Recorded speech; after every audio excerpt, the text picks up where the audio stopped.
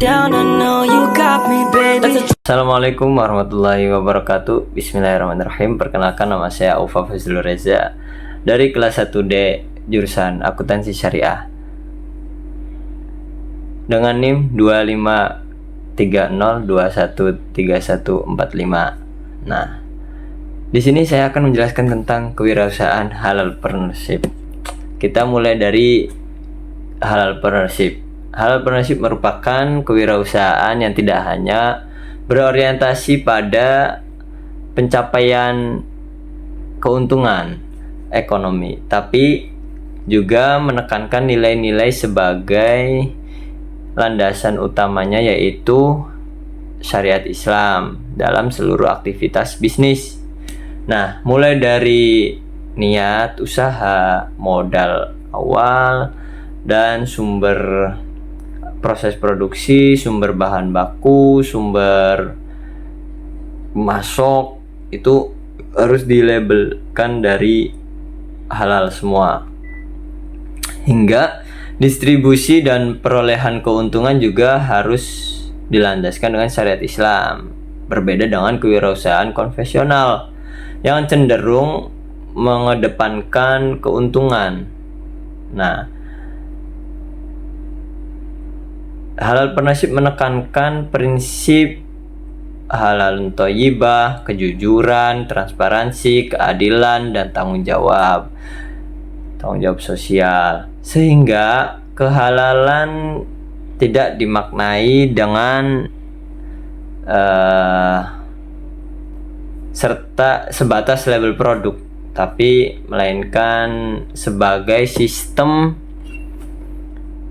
tanggung jawab, sistem etika bisnis yang menyeluruh, baik tidak adanya riba, tidak adanya eksploitasi dan kapitalis, serta hubungan antara pelaku usaha dengan tenaga kerja pun harus terbangun dengan harmoni. Menurut pandangan saya, tantangan utama halal partnership itu di era sekarang yaitu tentang label halal yang cuma menjadi branding doang, bukan dilaksanakan dengan etika bisnis yang tadi disebutkan, kayak seperti niat usaha, terus asal modal, produksi, dan distribusi, dan keuntungan. Nah, dari kayak tidak melaksanakan etika-etika bisnis di syariat Islamnya gitu. Jadi banyak yang menggunakan label halal tapi dia tuh masih kayak mengeksploitasi gitu, kapitalis, terus tidak mengharmonikan antara hubungan dengan ibaratnya bos dengan karyawan lah. Tidak ada hubungan yang harmoni, yang adil, dan ketanggung-jawaban sosial juga kurang gitu. Kayak seperti limbahnya dikemanain, apakah berdampak ke masyarakat atau lingkungan, enggak gitu. Nah, halal partnership seharusnya dipahami sebagai model kewirausahaan alternatif yang mengidentifikasikan keberlanjutan ekonomi, nilai moral, dan keberkahan, sehingga mampu menjawab kebutuhan pasar sekaligus menjaga tanggung jawab spiritual dan sosial dan dalam praktik bisnis. Nih, contoh relevansi di era modern halal partnership ini ya. Dalam konteks global, halal partnership memiliki relevansi sangat tinggi. Kenapa? Karena pertumbuhan pasar halal dunia yang pesat. Yang pertama dulu, pertumbuhan pasar halal yang sangat pesat. Kenapa? Karena bukan cuma masyarakat muslim saja gitu yang mengonsumsi makanan-makanan halal, terus produk-produk halal, karena di yang nonis itu kayak lebih percaya kepada yang udah label halal gitu. Kenapa? Karena baik itu halal tapi toyiban. Toyiban itu apa? Bersih, terus aman dikonsumsi, tidak mengandung zat berbahaya, dan pendistribusiannya bagus gitu. Terus yang kedua, meningkatkan kesadaran konsumen terhadap etika bisnis. Jadi bahwasanya konsumen tuh jadi paham gitu kepada kewirausahaan yang halal partnership. Contoh, ketika bos sama contohnya lah kayak semisal dia tuh si penjual produk tuh di marketplace online gitu. Nah, di halal partnership itu harus jujur kan. Harus jujurnya apa? Semisal deskripsi produk, terus deskripsi, terus kepercayaan, bertanggung jawab. Nah, kena kesadaran buat konsumen tuh apa? Kayak berarti ya di kewirausahaan halal partnership tuh mengedepankan kejujuran dan bertanggung jawab dan udah pasti terpercaya gitu. Nah, bahwa konsumen tuh paham, berarti bisnis tuh bukan cuma keuntungan sama kerugian gitu. Jadi adanya jangka panjangnya untuk membangun kepercayaan kepada konsumen gitu. Terus jujur, tidak manipulatif, terus kayak emang terpercaya gitu produk-produk halal tuh, bahwa dari deskripsi produk sama bener-bener produknya tuh sama, jadi nggak ada yang di manipulasi lah. Semisal jujurnya apa, semisal kayak saya pesen warna oranye terus datangnya oranye, berarti terpercaya gitu. Terus saya pesennya makanan ini tuh tidak mengandung bahan atau zat babi gitu. Ternyata pas diteliti, saya pesen makanan terus diteliti sendiri, emang nggak ada zat itunya gitu. Nah itu, terus kayak ngelihat di sekitar produksinya gitu, itu bersih, aman, dan aman buat dikonsumsi gitu. Nah itu membangun kepercayaan sosial juga, kesadaran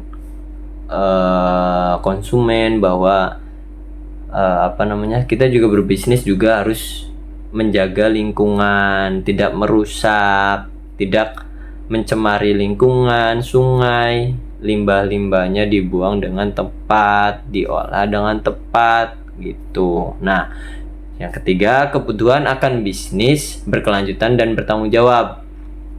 Kenapa berkelanjutan? Ketika konsumen itu sudah mempercayai kepada bisnis kita, itu akan berkelanjutan ke depannya. Nah, dan bertanggung jawab ketika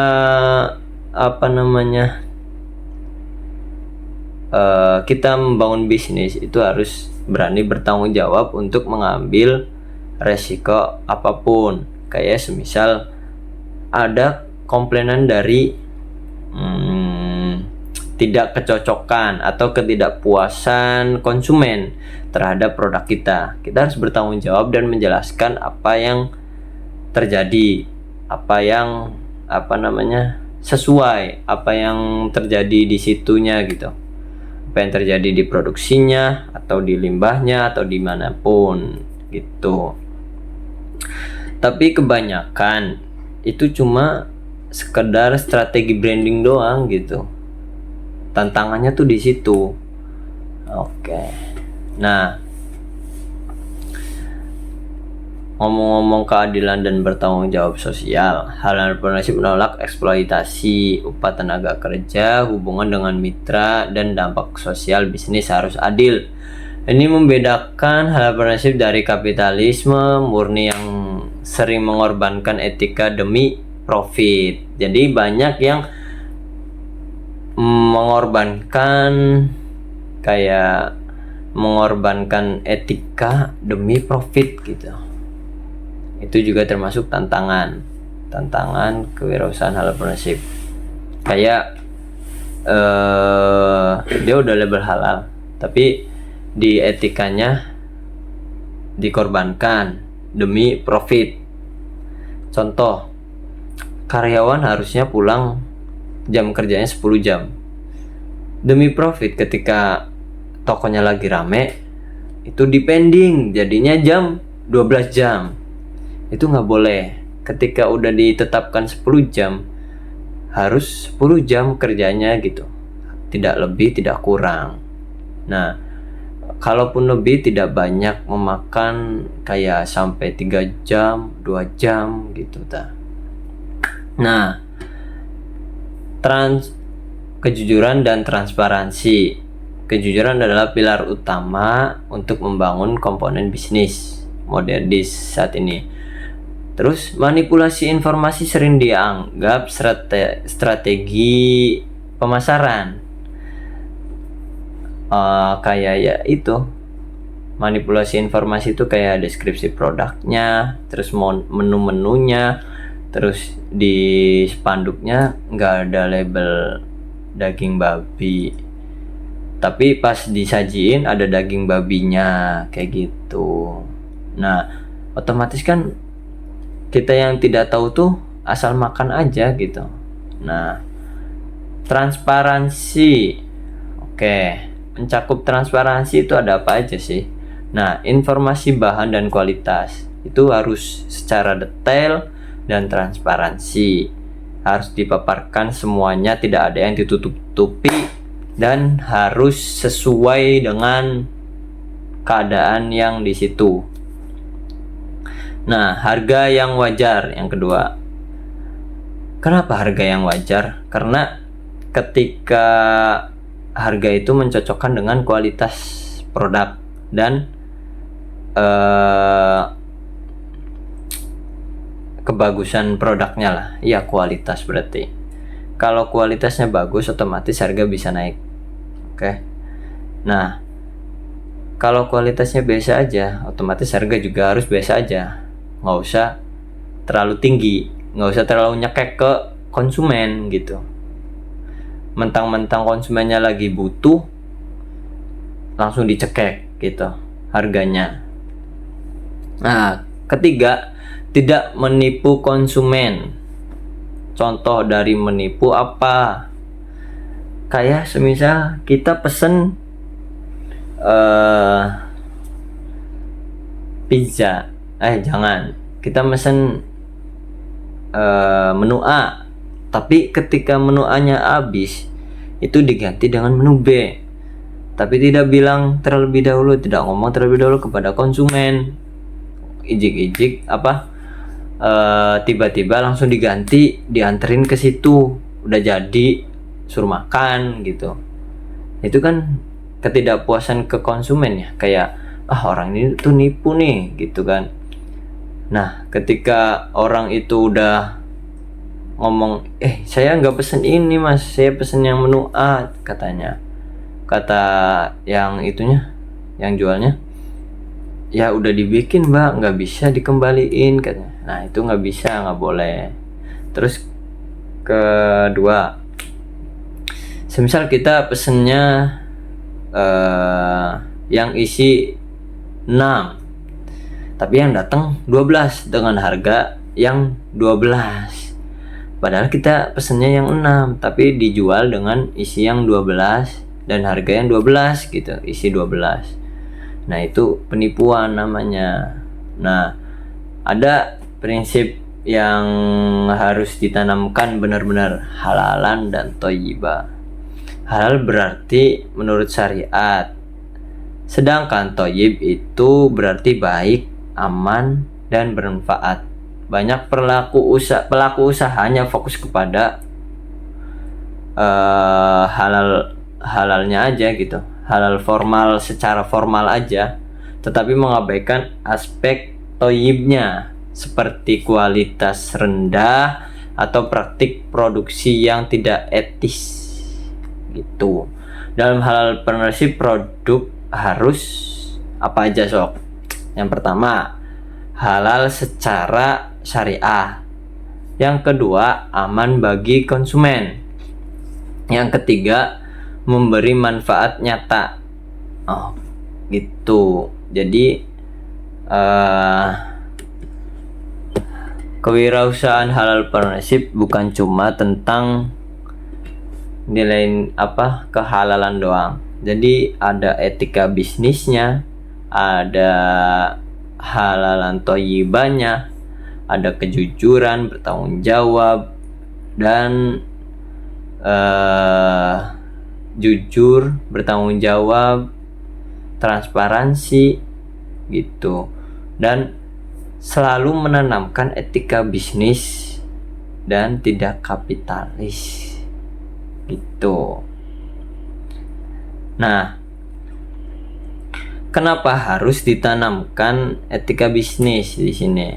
Kayak di pemasaran, di dalam mengambil keuntungan, dan tidak lupa juga membagi keuntungan untuk zakatnya, untuk berinfaknya, bersodakonya gitu. Lebih baik, yang lebih baiknya gitu. Jadi sebenarnya bukan kurang peluang, tapi yang bikin berkembangnya halal partnership tuh bukan peluang mah banyak, tapi banyak yang menggunakan label halal tapi semena-mena gitu. Untuk mengatasi seperti itu, maka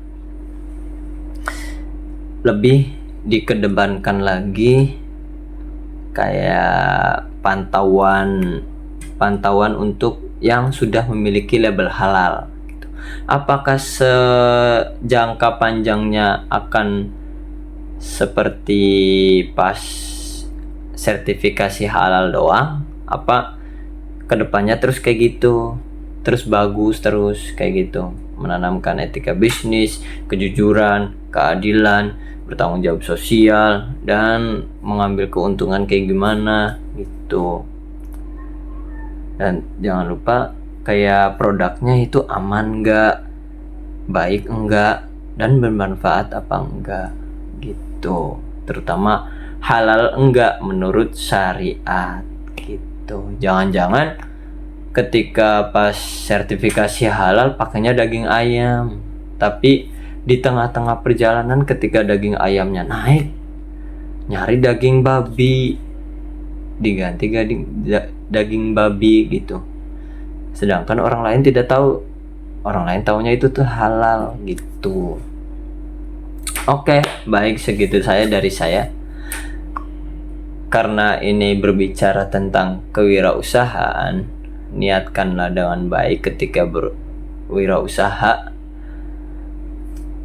karena semata-mata itu hanya karena Allah, dan orang yang beriman kepada Allah itu pasti akan menanamkan halal partnership yang baik.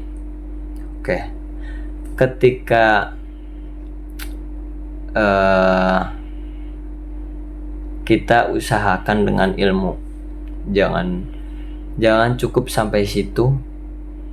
Ketika pondasinya udah matang, niatnya udah matang karena Allah Ta'ala, kita usahakan dengan ilmu pengetahuan kita, dan kita amalkan dengan ilmu kita. Maka yakinkan dengan iman gitu, yakinkan hati kita bahwa saya berbisnis karena Allah, saya berbisnis untuk membantu masyarakat, saya berbisnis untuk beribadah. Nah, kita cari tahu, kita cari ilmunya, gimana bisnis yang baik, gimana caranya mencapai ridha Allah dengan bisnis, gimana caranya kita mengimplementasikan praktik bisnis yang halal dan thayyibah, menurut syariat halal, nah baru kita amalkan ketika kita sudah mempunyai ilmu tersebut. Manusiawinya dipakai, etika moralnya dan keberkahan itu yang lebih baik. Maka cukup kita yakinkan, cari ilmunya dan amalkan sesuai yang kita tahu. Jangan lupa terus belajar, dan mencari ilmu itu wajib bagi seorang muslim. Wassalamualaikum warahmatullahi wabarakatuh.